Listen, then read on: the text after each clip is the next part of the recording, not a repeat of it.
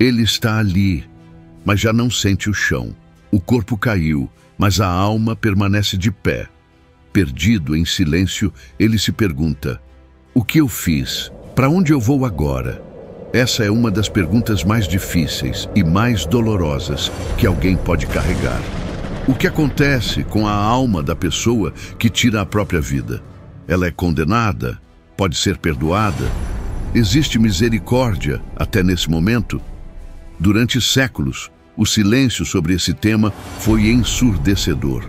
Mas hoje, vamos encarar essa ferida com a luz da fé, da compaixão e da verdade. Neste vídeo, você vai descobrir o que a Bíblia, a Igreja e até outras tradições espirituais dizem sobre o destino dessas almas. E por que o amor de Deus pode chegar até onde ninguém mais consegue. Se você já perdeu alguém assim, ou se carrega dores que ninguém vê, fica aqui com a gente até o fim. Bem-vindo ao canal Histórias do Sagrado. Inscreva-se e caminhe conosco por estes mistérios que a alma precisa ouvir.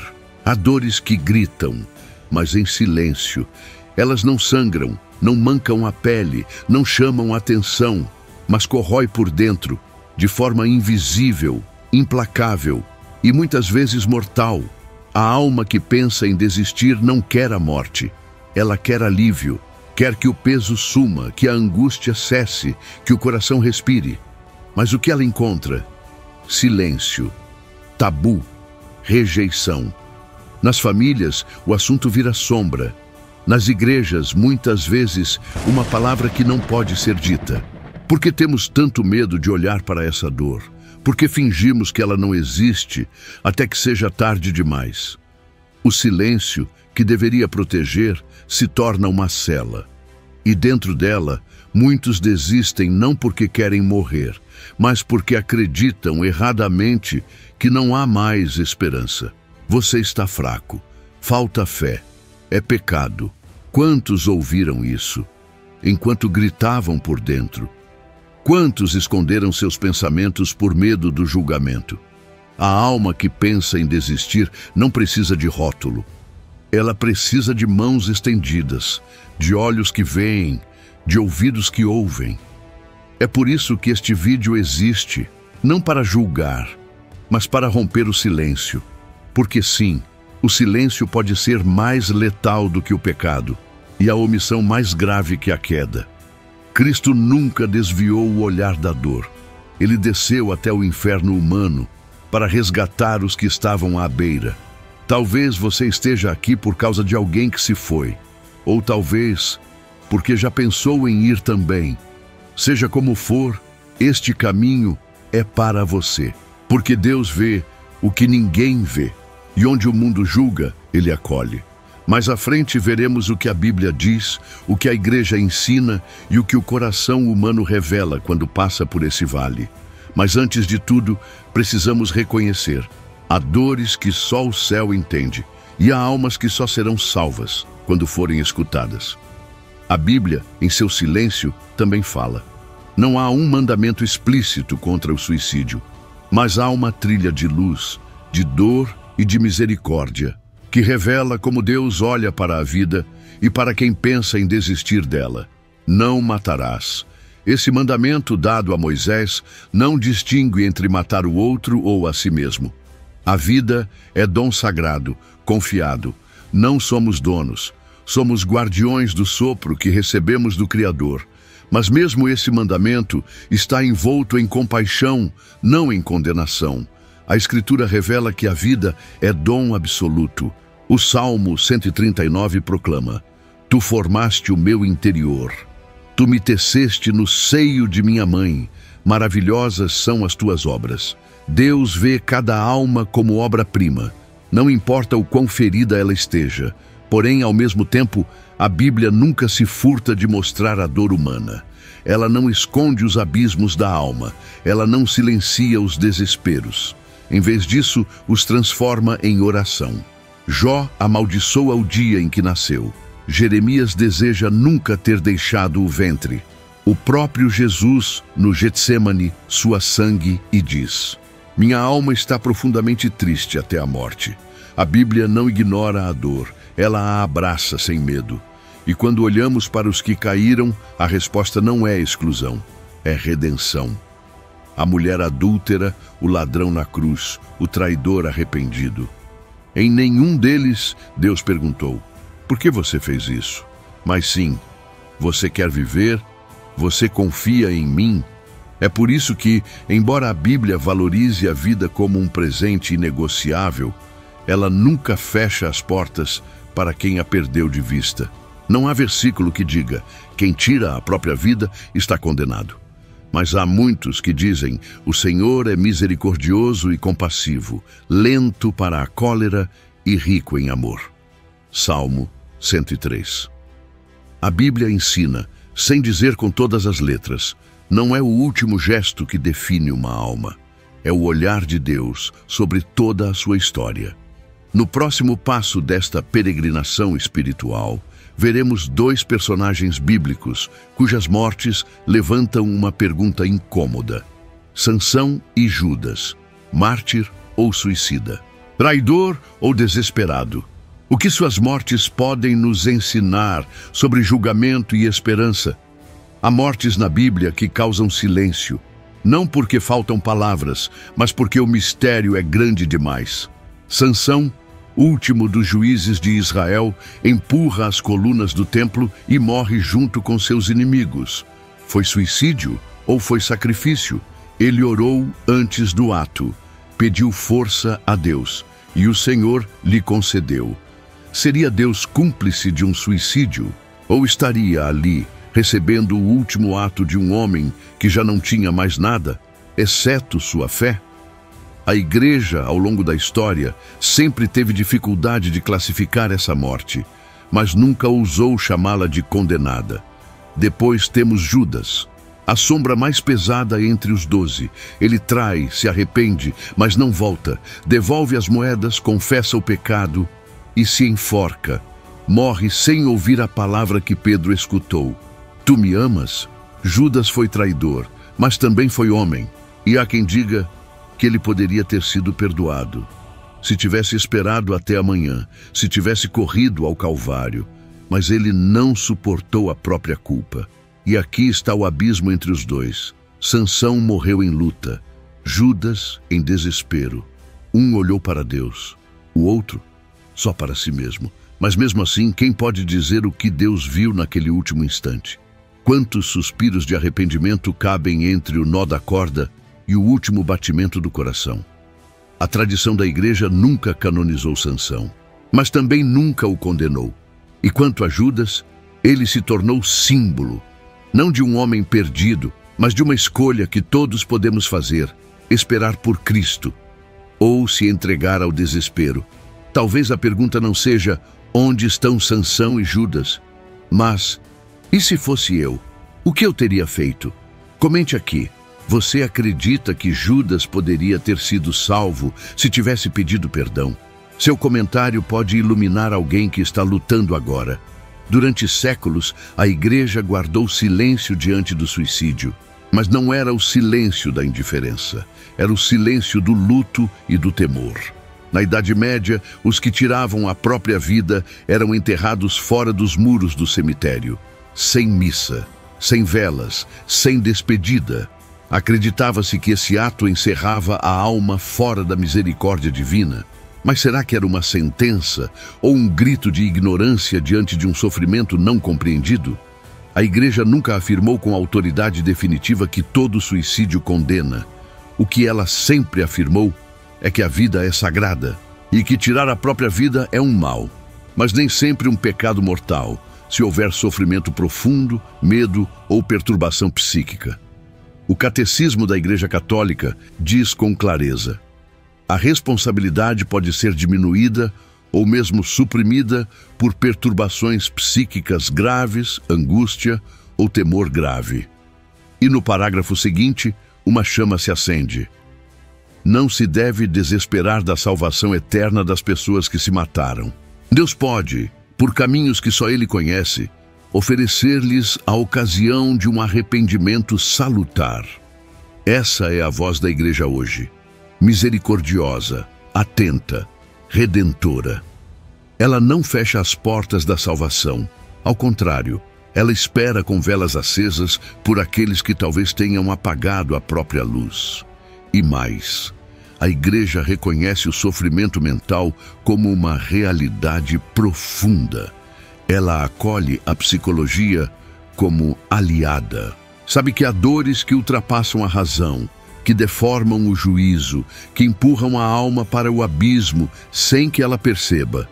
Por isso, hoje, nenhum padre pode negar funeral a alguém que morreu assim.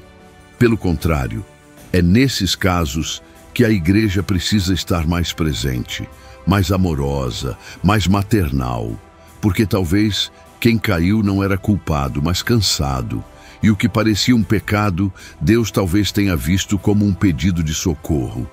Na cruz, Jesus gritou: "Meu Deus, por que me abandonaste?" Esse grito ainda ecoa no coração de quem está à beira.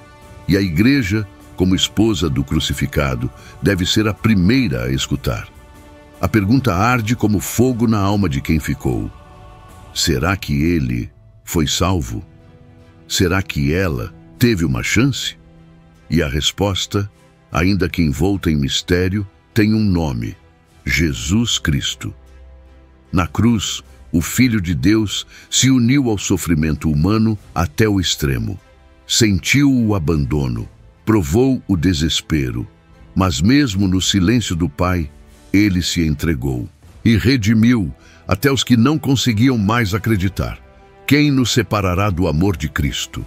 Pergunta São Paulo em Romanos 8. Nem a tribulação, nem a angústia, nem a espada, nem mesmo a morte. Deus não mede uma alma pelo seu último suspiro, mas pelo clamor que ela levou a vida inteira dentro do peito.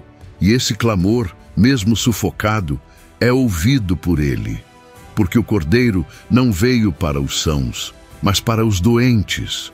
Não veio para os fortes, mas para os quebrados. Há quem pense que o suicídio é a rejeição de Deus, mas muitas vezes é o grito de alguém que não viu outra saída.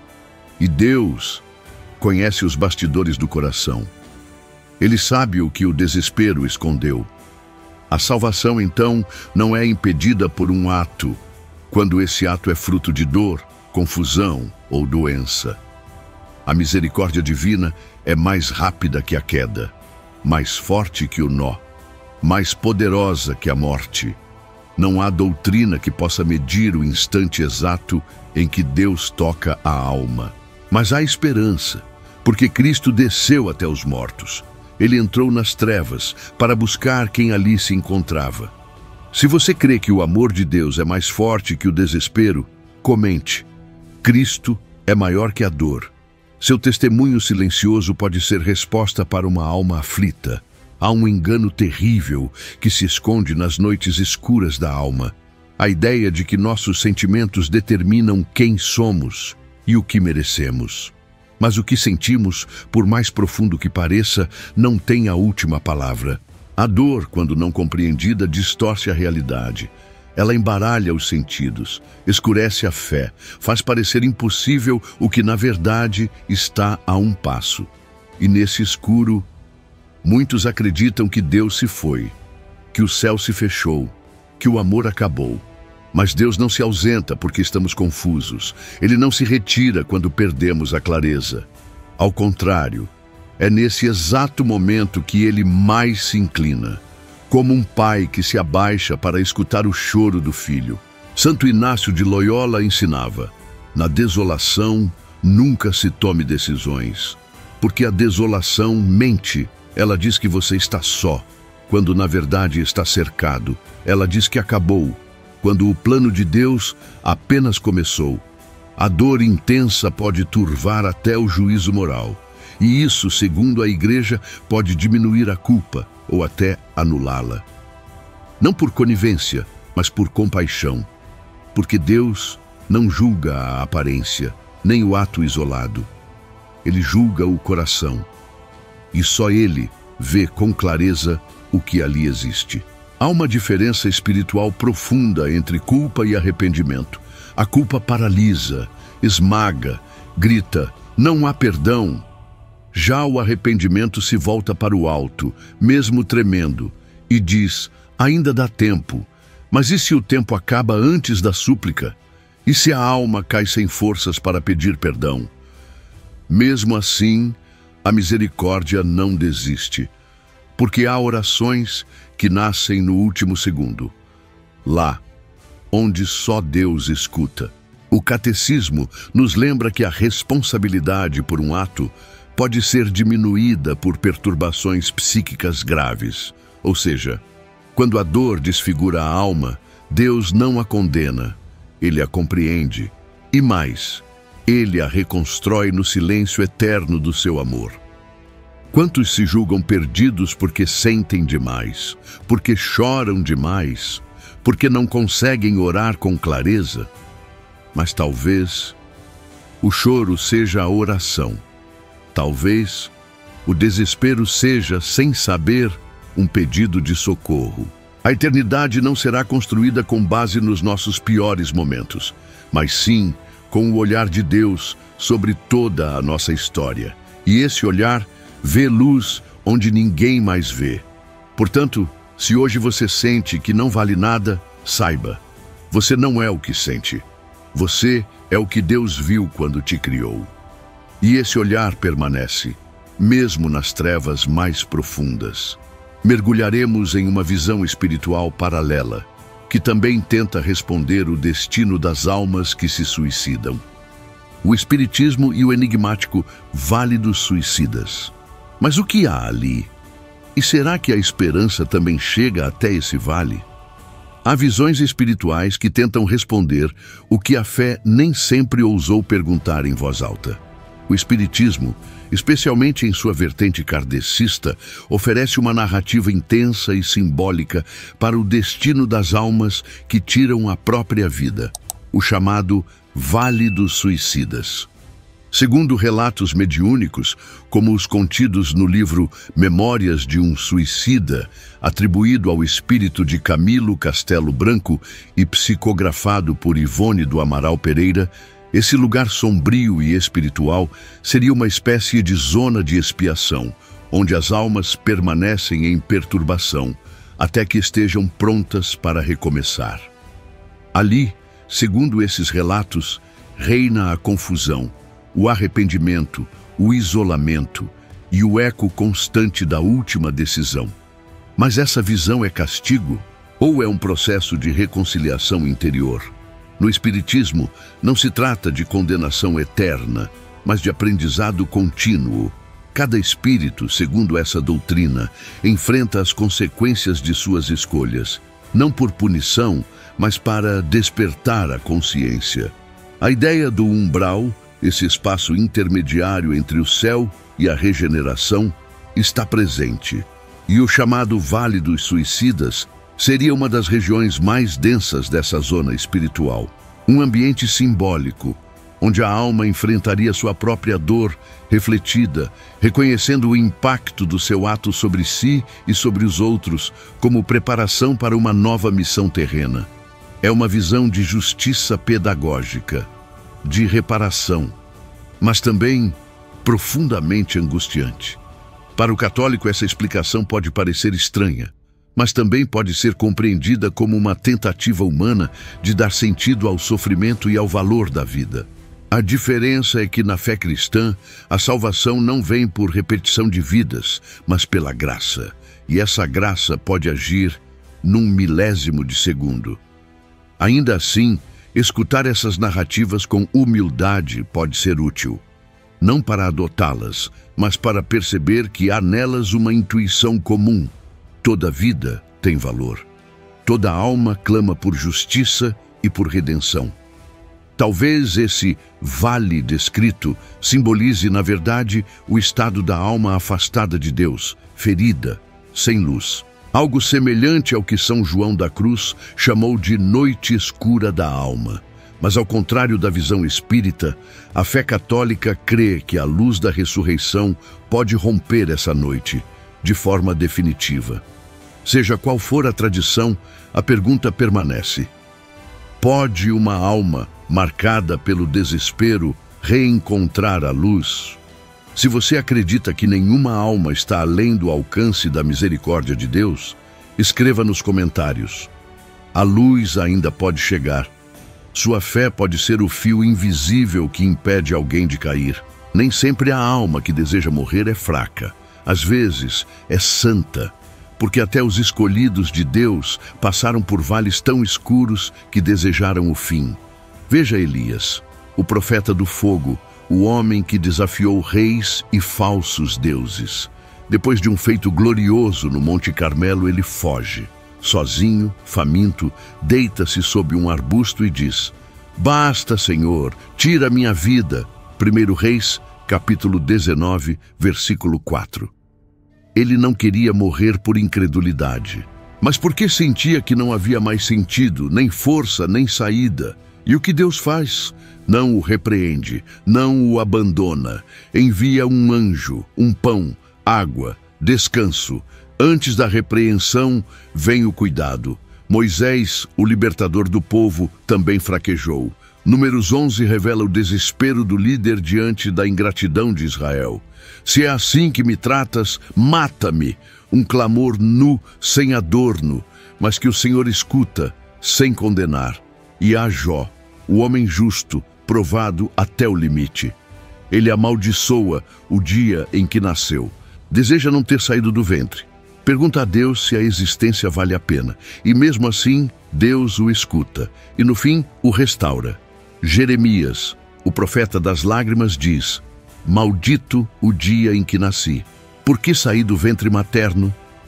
Jó 20, 14 e 18. Mas ali, entre lamento e fé, ele continua profetizando. Porque mesmo com vontade de morrer, ele não silencia a palavra. Esses homens não eram fracos, eram humanos. E o que os salvou não foi a ausência de dor. Foi a presença de Deus, mesmo quando tudo parecia perdido. Essas passagens revelam um segredo. Deus não se assusta com o desespero humano. Ele não recua quando a alma diz: "Não aguento mais." Ele permanece, silencioso, mas próximo. Às vezes, até chorando junto. Quantos hoje repetem as palavras desses profetas? Quantos dizem em silêncio: "Senhor, tira minha vida"? E quantos precisam, mais do que explicações, de um toque, de um pão, de um anjo? Há um socorro que vem antes do fim, uma intervenção invisível que muitas vezes impediu a última queda, uma visita do céu que nem sempre foi percebida, mas foi real. Esses homens bíblicos nos lembram: pensar em morrer não nos torna menos dignos, nos torna mais necessitados do toque divino. E esse toque ainda alcança. Há momentos em que tudo parece ruir, quando o corpo ainda respira, mas a alma se esconde. Nesses dias, viver não parece bênção, parece peso. E ainda assim, a vida continua sendo um dom. Mesmo quando coberta de trevas, mesmo quando não faz sentido, mesmo quando tudo dentro de nós grita: "Basta", ainda ali, Deus está presente. Existem testemunhos que nascem do fundo do abismo. Homens e mulheres que chegaram à beira, que planejaram partir, mas foram alcançados por algo pequeno e poderoso. Um gesto, uma lembrança, uma canção. E aquilo, quase imperceptível, abriu uma brecha no escuro. Maria Clara, 28 anos, escreveu sua carta de despedida numa madrugada de maio. Nada fazia sentido. A dor era intensa e silenciosa. Mas, de repente, ouviu vindo do apartamento ao lado uma melodia antiga. Era a canção que sua mãe costumava cantar para ela na infância. A letra dizia: "Não desista, há um novo amanhã."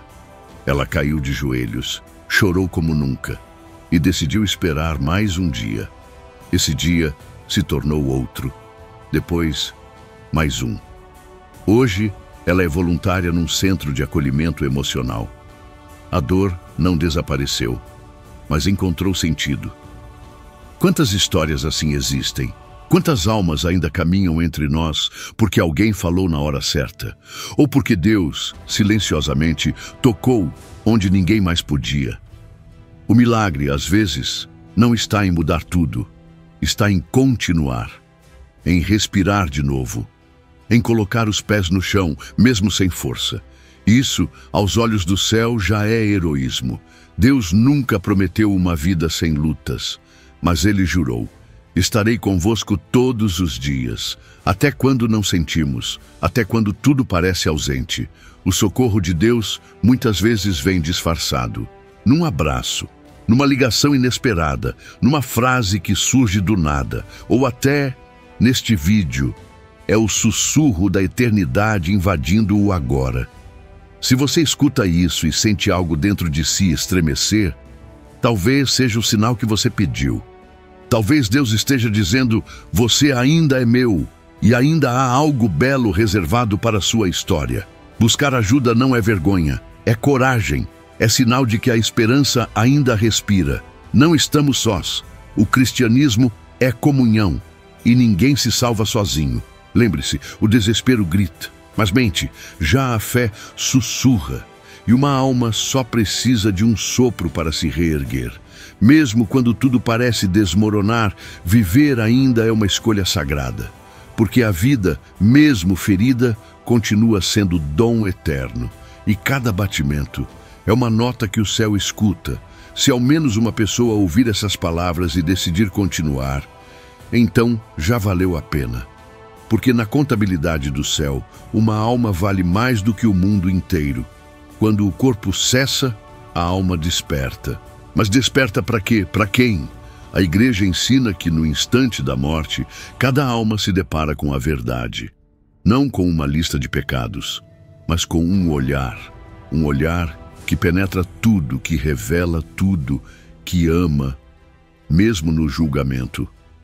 Esse é o juízo particular, aquele momento íntimo, sagrado, entre a alma e o seu Criador.